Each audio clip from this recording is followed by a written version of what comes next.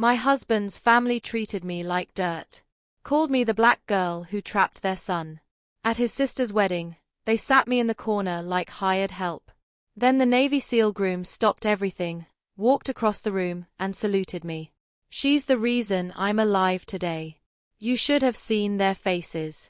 Before I tell you how one military salute exposed my racist in-laws in front of 300 wedding guests, smash that subscribe button because this story is about hidden strength, Secret Service, and watching karma destroy people who thought they knew everything about you. Now, let me take you back to where this all began. I still remember the first time Stephen's mother looked at me. Not looked at me with warmth or curiosity, but looked at me the way you'd examine a stain on expensive carpet. We'd been dating for 6 months when he finally brought me home to meet his family. I was nervous, excited even. I wore my best dress, brought flowers, practiced my smile in the car mirror. Stephen squeezed my hand before we walked in and said, "They're going to love you." He was wrong. Lorraine opened the door and her smile froze the second she saw me. Not disappeared, just froze. Like someone had paused a video mid-expression. "Oh," she said. "Just that." "Oh." Stephen introduced me and she shook my hand like I was handing her something wet. His father, Philip, nodded from his chair, then went back to his newspaper. His little sister, Nicole, looked me up and down and asked Stephen if they could talk privately. I stood in that foyer for 10 minutes alone before Stephen came back and suggested we leave early. That was 3 years ago. We got married anyway. Love makes you stupid sometimes. Makes you think you can overcome things that are bigger than both of you. Stephen promised me it would get better, that they'd warm up to me eventually, that I just needed to give them time. So, I gave them time. 3 years of it. 3 years of holidays where I was the only one who didn't get a gift. 3 years of family photos where Lorraine would say just the immediate family and I'd have to step aside. 3 years of being called Stephen's friend instead of his wife. But here's what Stephen's family didn't know about me. Here's what nobody knew except Stephen and a handful of people with security clearance higher than most senators. I wasn't just some random black girl who worked at a department store. That was my cover. My real name is Captain Diana Brooks and I've been an officer in U.S. Army intelligence for 8 years. I've run operations in 7 countries. I speak 4 languages. I've got medals in a safety deposit box that I can't show anyone because the missions they are from are still classified. When I told people I worked retail, I was actually analyzing terrorist communications and coordinating with special forces units overseas. Stephen knew. I told him everything before we got married because I don't believe in building a life on lies. He thought it was incredible at first. He bragged to his friends vaguely, careful not to reveal details, proud to have a wife who was more than she seemed. But he never told his family. When I asked him why, he said it was because of my cover for safety reasons. But I knew the truth. He was embarrassed. Embarrassed that I didn't have a fancy degree from their kind of school. Embarrassed that on paper I looked like I worked at the mall. Embarrassed that I didn't fit the image of what a wife should be in his family's world. The wedding invitation came on a Tuesday. Actually, it didn't come to me at all. It came to Stephen, and my name was added in a different pen, like an afterthought. Nicole Marie Anderson and Cameron Joseph Foster request the honor of your presence. There was going to be 300 guests at an exclusive country club. Black tie, no expense spared. Stephen's baby sister was marrying a Navy SEAL she'd met just over a year ago, and Lorraine had been planning this wedding like it was a royal coronation. I told Stephen I wasn't going. We were in the kitchen when I said it, and he looked at me like I'd slapped him. "She's my sister," he said. "It's her wedding." I stared at him. "Stephen, your family hates me.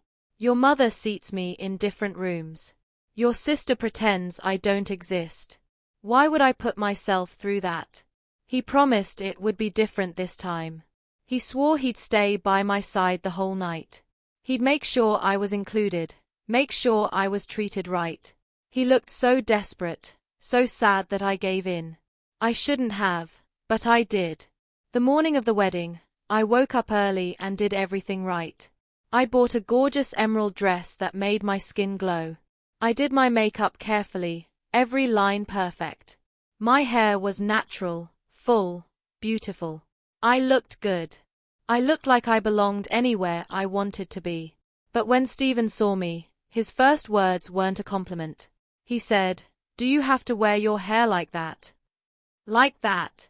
Like my natural hair was a problem to be solved. I should have taken off the dress right then and driven to a lawyer's office. But I didn't. I took a breath, grabbed my purse, and got in the car. The country club was exactly what you'd expect. Marble columns, manicured gardens, white people in expensive clothes, air kissing each other. The valet approached my side of the car and asked where I needed to park for my shift. He thought I was staff. Stephen heard him. He was standing right there and he said nothing.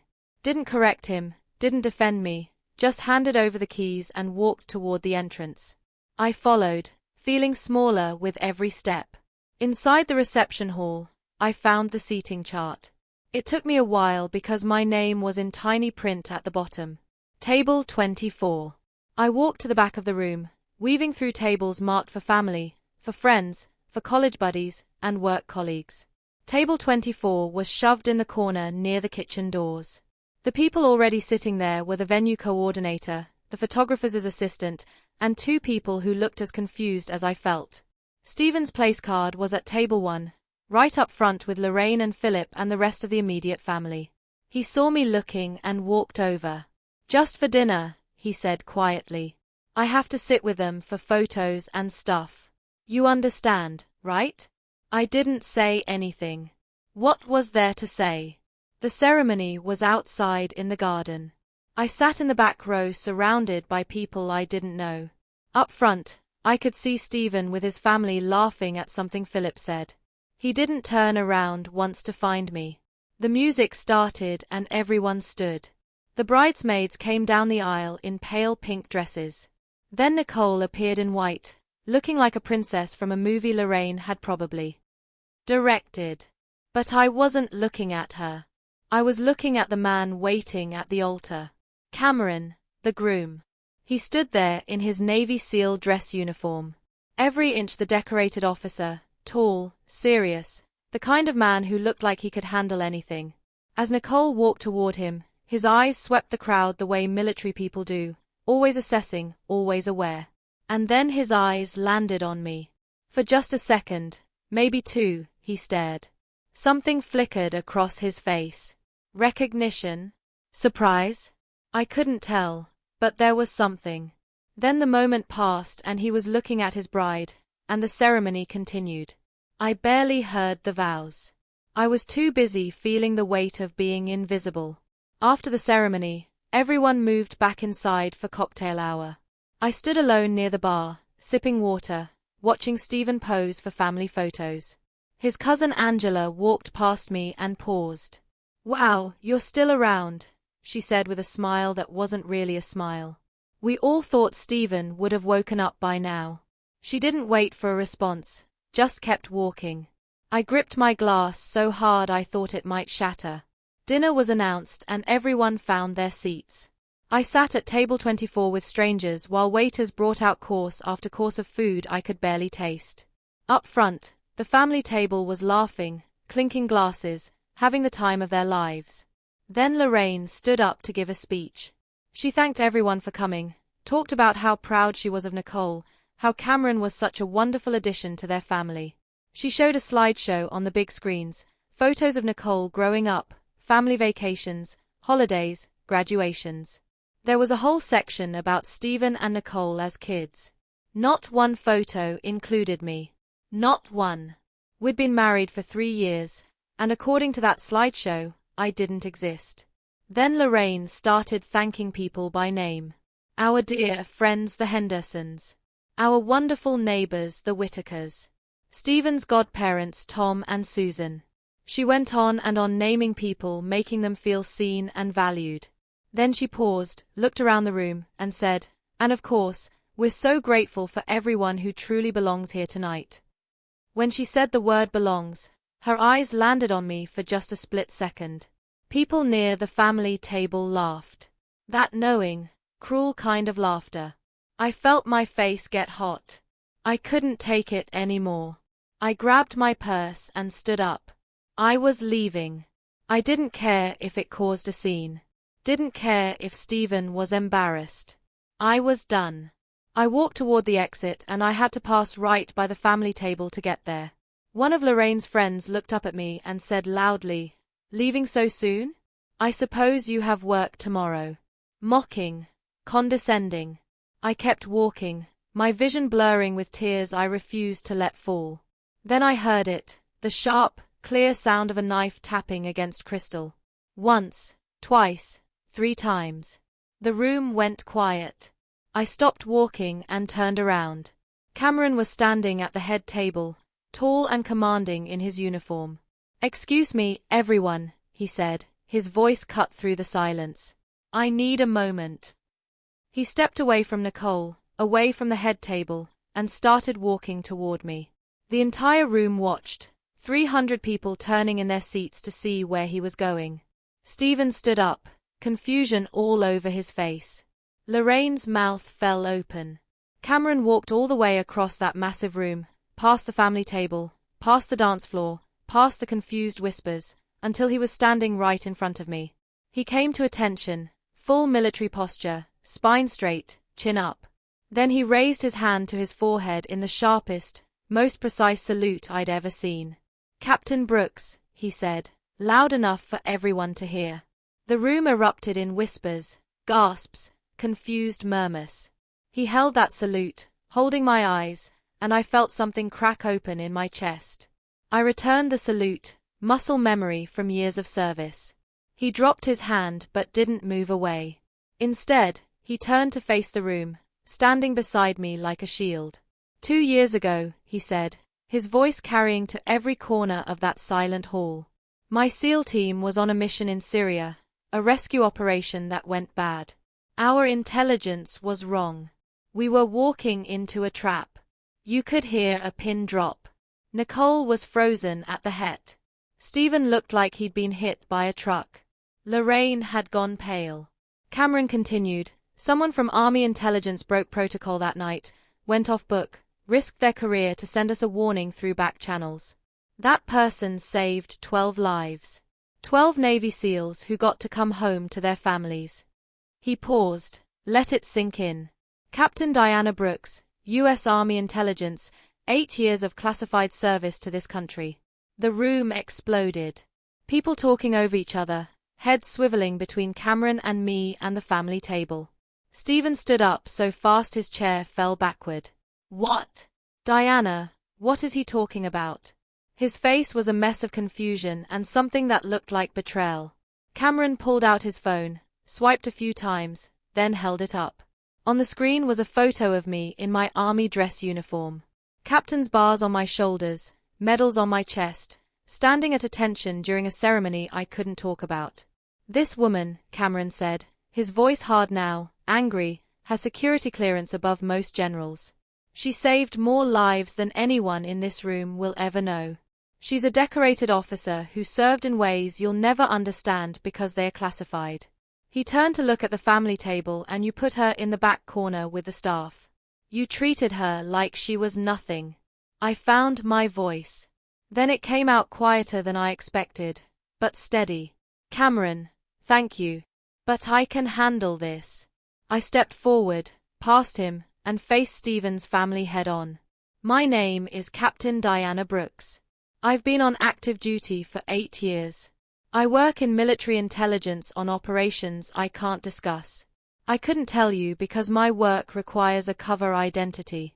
I looked at each of them, but I heard every word you said, every insult, every racist comment, every time you made me feel like I wasn't good enough. Then I turned to Stephen and I watched you let it happen. Every single time Lorraine tried to speak, her hands fluttering. "We didn't. Nobody told us you were." She couldn't even finish. I cut her off. Would it have mattered if I really was just a sales associate? Would that make your racism okay? Would that make it fine to treat me like I was beneath you? Silence. Philip started to stand. "Now wait just a minute." Cameron's voice cracked like a whip. Sit down. It was a command. Military authority in every syllable. Philip, Saturday. Then something beautiful happened. Around the room, I saw movement. 5 people stood up, all in military uniforms, Navy, Army, Marines. One by one, they came to attention, facing me. A silent salute, a show of solidarity. My throat tightened. These strangers understood what Stephen's family never would. Nicole was crying at the head table, mascara running down her face. Cameron, I didn't know. I swear I didn't know. Cameron looked at his new bride with something like disappointment. We'll talk later. Right now, I'm embarrassed to be joining this family. He turned back to me. Captain, it's an honor. Thank you for your service. I nodded. Congratulations on your marriage, Lieutenant Commander. I knew his rank. We were both part of the same world, the same community of people who served in silence. Stephen pushed through people to get to me. Why didn't you tell them? Why didn't you defend yourself? I looked at the man I'd married. Really looked at him.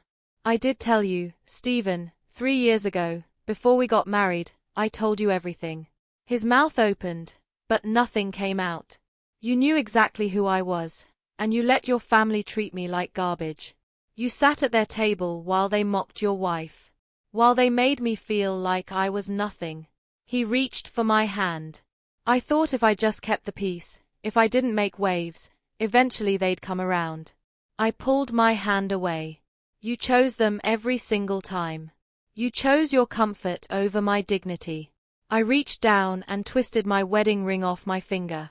It caught a little resistant, but I pulled it free. I held it out to him. I'm done keeping your peace. He stared at the ring like he couldn't understand what it meant. Diana, please let's talk about this, but I was already walking away. This time, I made it to the door. Cameron and Nicole followed me out into the hallway. Nicole was still crying, her perfect makeup ruined. I'm so sorry, she said, and she actually sounded like she meant it.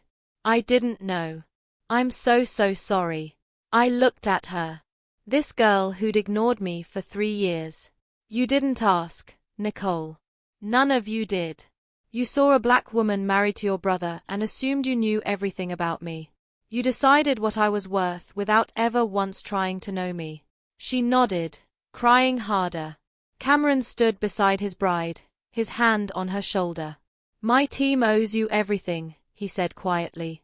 If you ever need anything, anything at all. I shook my head. I just need to go. I walked out of that country club with my head high. The valet brought my car around. The same one who'd asked if I was staff. He didn't meet my eyes this time. I drove away and in my rearview mirror, I saw Stephen standing in the doorway of the country club watching me leave. I didn't slow down. I didn't look back. I filed for divorce. 2 weeks later, Stephen tried to apologize, tried to explain. He sent flowers, letters, showed up at my apartment. But you can't explain away 3 years of cowardice. You can't apologize your way out of choosing your family's comfort over your wife's humanity. Lorraine called once and left a voicemail about misunderstandings and getting off on the wrong foot. I deleted it without listening to the whole thing. Cameron and Nicole sent me a handwritten letter a month after the wedding. They apologized, me for my service, told me I'd shown them something important about assumptions and respect. We're not friends. We probably never will be. But there's respect there now. That's more than Stephen's family ever gave me. Here's what I learned through all of this. Your silence in the face of injustice is a choice. Stephen chose his family's comfort over my dignity every single time. He chose to let them mock me, exclude me, treat me like I was less than human. And every time he made that choice, he told me exactly who he was. I just didn't want to believe it. If this story hit home, hit that subscribe button and drop a comment below. Have you ever hidden who you really were to keep the peace? How did it end?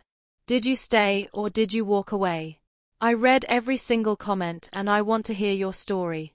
And remember this, you don't owe anyone access to your full story, but But you do owe yourself the dignity of walking away from people who don't value you, even if one of them is wearing your ring. Especially if one of them is wearing your ring. I'm Captain Diana Brooks, and I'm nobody's secret anymore.